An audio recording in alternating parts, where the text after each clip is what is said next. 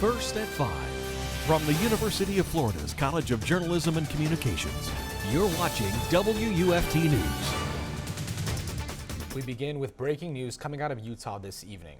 Several media outlets are reporting conservative influencer Charlie Kirk was shot dead at a rally. That's information we just learned in the last 20 minutes. A video is circling on social media allegedly showing Kirk being shot in the neck, but due to the graphic nature of the video, we will not show it. There were hundreds of attendees at the rally when the shots rang out. Let's get right over to WFT's Oriana Torre live in the newsroom with the latest breaking details. JC and Carolina, President Trump posted on Truth Social that Charlie Kirk has died. This information has also been confirmed by NBC News. Here are the other late-breaking details. There were reports circulating on social media that a suspect has been caught, but less than an hour ago, authorities say that it's not true. A university spokesperson says the suspect shot Kirk from a building roughly 200 feet away from where he was sitting. Turning Point USA has confirmed Kirk is in the hospital, but there is no word on his condition. Investigators say Kirk was about 20 minutes into his presentation when the shooting happened. A university spokesperson says Kirk was rushed off the stage by his security team. He was at the university for the first stop on Turning Point's American Comeback Tour, according to the group's website. Kirk was a longtime conservative supporter of President Trump and often goes across the country to university campuses to tour his Prove Me Wrong table, a format in which he debates with people who challenge his views. He was at the University of Florida just this past month. FBI Director Kash Patel says agents are going to the university to join the investigation. We will bring you more details throughout the newscast and at WUFT.org. Live from the newsroom, Oriana Torre, WUFT.News. Members of several UF student groups came together to protest UF's RTS budget cuts. Four organizations make up the... RTS is here to stay! Four organizations make up the Save RTS coalition. Around 100 students joined in the Save RTS rally today. They chanted in front of several busy bus stops around campus, demanding UF put money back into Gainesville's citywide bus system. Protesters say UF didn't need to pull back $2.5 million of funding last year, and they also say buses have been packed and some students are left with no bus at all. I see the university sort of as a microcosm of wider American society. Instead of workers and owners, in this case, it's students in UF administration. They have absolutely no interest in doing what we want. Rather, they have a vested interest in doing what is profitable for the university and what's reputable for the university. Protesters shouted in support of bus drivers passing by while they rallied. They say officials from the Amalgamated Transit Union, which represents RTS drivers in Gainesville, helped organize the protest. University officials say their funding cuts came after a review of on-campus transportation. They say they took the opportunity to, quote, consolidate routes, improve frequency, and expand campus connector service. Officials say routes were cut from 17 to 11, with some buses picking up some routes and others being covered by their service campus connector. They say packed buses are typical for this time of year and that they expect them to become less congested as time goes on. A City of Archer employee is in jail accused of stealing over $14,000 in cash. Leaders at City Hall reported a theft which started an investigation, according to the Alachua County Sheriff's Office. Officials say large receipts and cash deposits were missing over a 3-month period. The investigation led to 33-year-old Justin Southard. He was arrested and charged with grand theft. While the first day of fall is not officially until September 22nd, a sneak peek of some fall weather is just around the corner. WUFT weatherman Matthew Clark joins us now in the studio. Matthew, once again, it feels really nice coming into the studio this morning. Yeah, if you were out and about this morning, temperatures were in the 60s here for North Central Florida, 69 in Gainesville, and even up in North Florida near Live Oak in Lake City, they were in 64 degrees. Down in Ocala, though, still a little bit more seasonable for this time of year, only 71 degrees. But the reason we're feeling a little bit drier out there is from a cold front that has stalled over South Florida, still bringing lots of rain down to South Florida, but keeping us dry up here in North Central Florida. And then there is a lot of dry air behind this cold front that's going to start to filter its way into our area. And I say cold front, but it's not going to be bringing us cooler temperatures in the afternoon. We still are just shy of 90 degrees here in Gainesville, 89 in Gainesville and 87 down in Ocala. We're feeling a lot less humid though. I'll have what you can expect as we head into this weekend and your latest check-in on the tropics in just a few short minutes. Local shelters are getting ready for the peak of hurricane season. WFT's Isabella Reinoso went inside the shelter and got a first-hand look at the preparations underway. With hurricane season now at its peak, staff and volunteers here at St. Francis House are starting emergency preparations. This isn't just about storm prep, it's about protecting the people who are often the first ones to feel the impact and the last ones to recover. St. Francis House in Gainesville is part of the city's shelter network and mostly serves people without homes. We're in the process of making sure that the gas is good, that the generators are working, plugging them in, make sure everything is great. Nathaniel Enoch is one of the hundreds of faces who are on the streets when hurricanes move through. You have to prepare, but see, some people be homeless and ain't got no shelter to hide from. Lori Schiffbauer, St. Francis House CEO and Executive Director, says that energy and water are the main priorities, saying it's just like you prepare your home. Number two, different option. Make sure we have lots of bottled water or Gatorade or something of the sort, so that when folks come in and they're doing the overnight shelter with us just for the night or 2 nights, whatever it is, that we can give them bedding. So those are the things that we really focus on. The shelter has a capacity of around 50 people, but that number has never been reached. The shelter also follows a curfew hours before the storm. We've got to be in the shelter by 9 o'clock, and after 9 o'clock, the doors are locked, and we don't let folks in. Shelter leaders tell me help from neighbors is needed to keep their doors open. Their biggest needs are clothing, flashlights, and canned food. You can see the full list on their website. Reporting in Gainesville, Isabella Reinoso, WFT News. A 13-year-old is behind bars after bringing a gun to a football game, according to the Bradford County Sheriff's Office. We are not showing his face due to his age. Deputies say Rylan Nathaniel Harry was found with a BB gun and gun case at the Bradford High School football stadium during a middle school football game. An anonymous tip led the homeschooler's arrest for holding a firearm. He is facing a felony weapons possession charge. And in Ocala, 4th grader is facing charges after police says he showed off a loaded gun on a school bus this morning. We told you about the incident on Monday. In a statement, the Ocala Police Department says the 9-year-old boy brought a gun onto the bus on the way to College Park Elementary School. He pulled out the loaded revolver from his backpack and started showing it off to other students. The boy told the police he stole the gun from his relative's bedroom. A potentially dangerous gas leak from a 120-gallon propane tank was fixed near a residential area in Ocala. Marion County Fire Rescue was advised by a caller after a tree fell on the propane tank. An audible leak could be heard, according to officials. Firefighters secured the tank and waited until the scene was stabilized. Another important vote is happening tomorrow about whether UF will keep its current interim president. Dr. Donald Landry started in the interim post at the start of the month after being selected by the UF Board of Trustees. The state's Board of Governors is meeting in Sarasota tomorrow for an official vote. He is widely expected to win the board's approval following the rejection of earlier candidate Santa Ono. Landry will succeed former President Kent Fox. Coming up, a new anonymous dating advice app is facing backlash after people continue to spread misinformation about men online. Many are raising questions about privacy as well as possible defamation suits.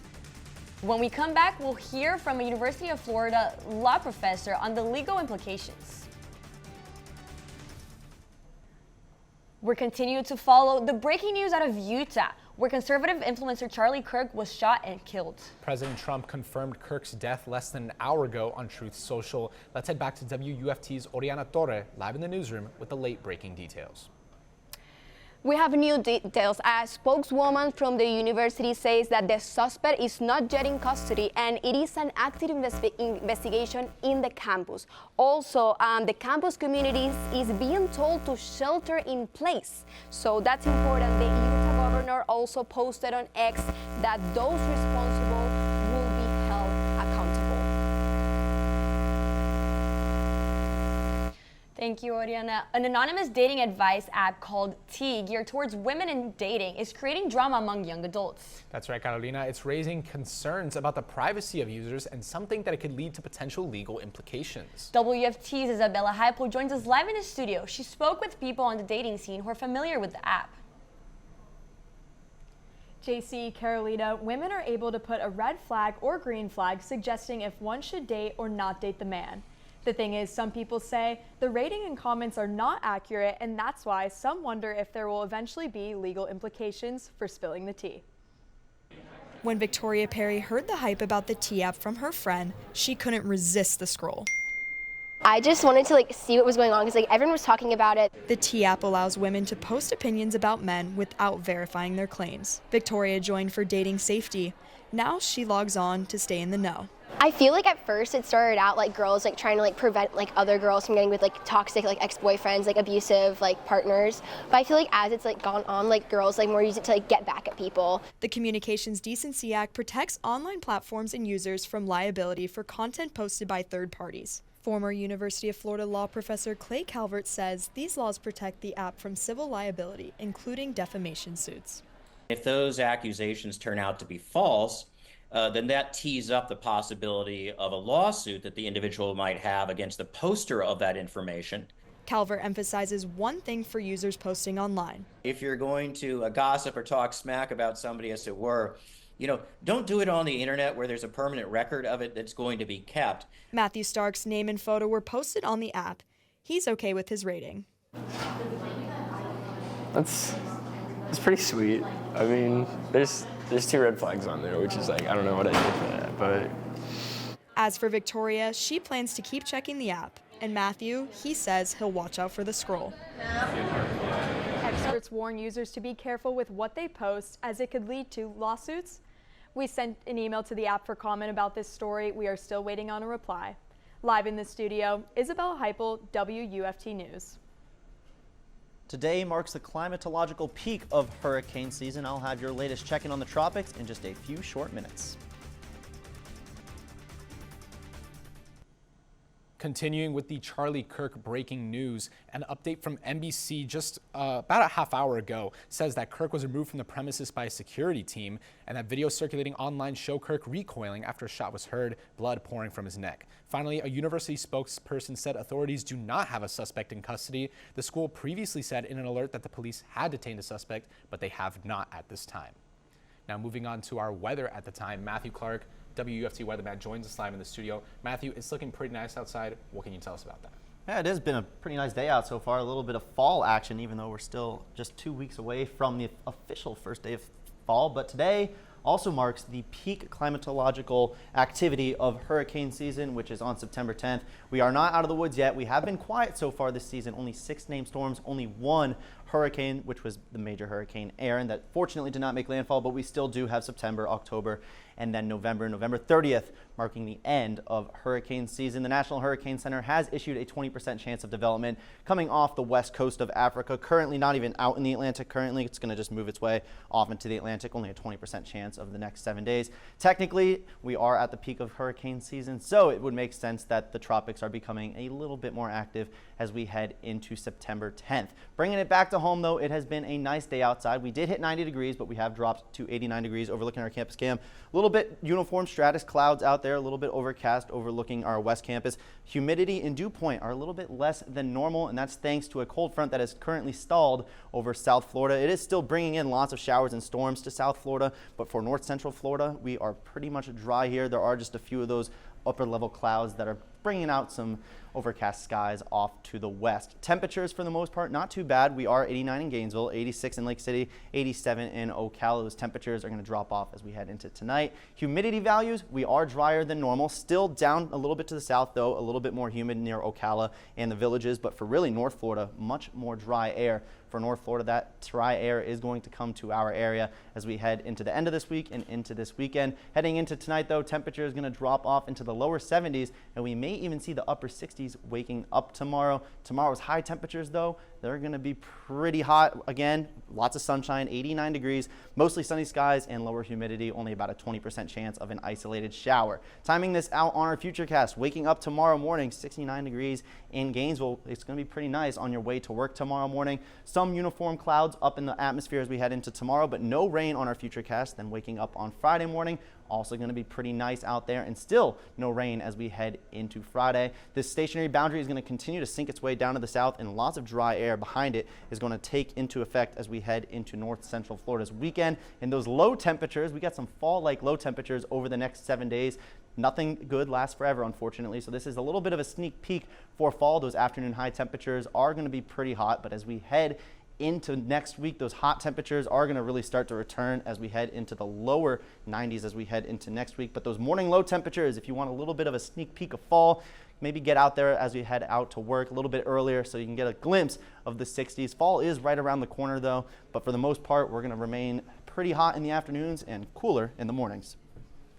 Now, Blue Springs and Henry Beck Park are officially closed for the fall season. The Levy County Board of County Commissioners and Public Works Department announced in a press release their appreciation for all residents and visitors who enjoyed the parks throughout the season. They'll open again in the spring of 2026. Ocala's early voting for all registered voters will begin tomorrow. Ballot stations will be open until Saturday, September 13th. All voters are encouraged to come in and cast a ballot in person prior to Election Day. General voting will be held September 16th. And if you are in need of an outfit for homecoming, Marion County Sheriff's Office may be able to help you out.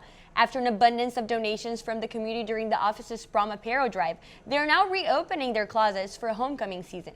Reach out to MCSO's Community Outreach Coordinator, Gregory Pruitt, for more information on receiving and donating outfits.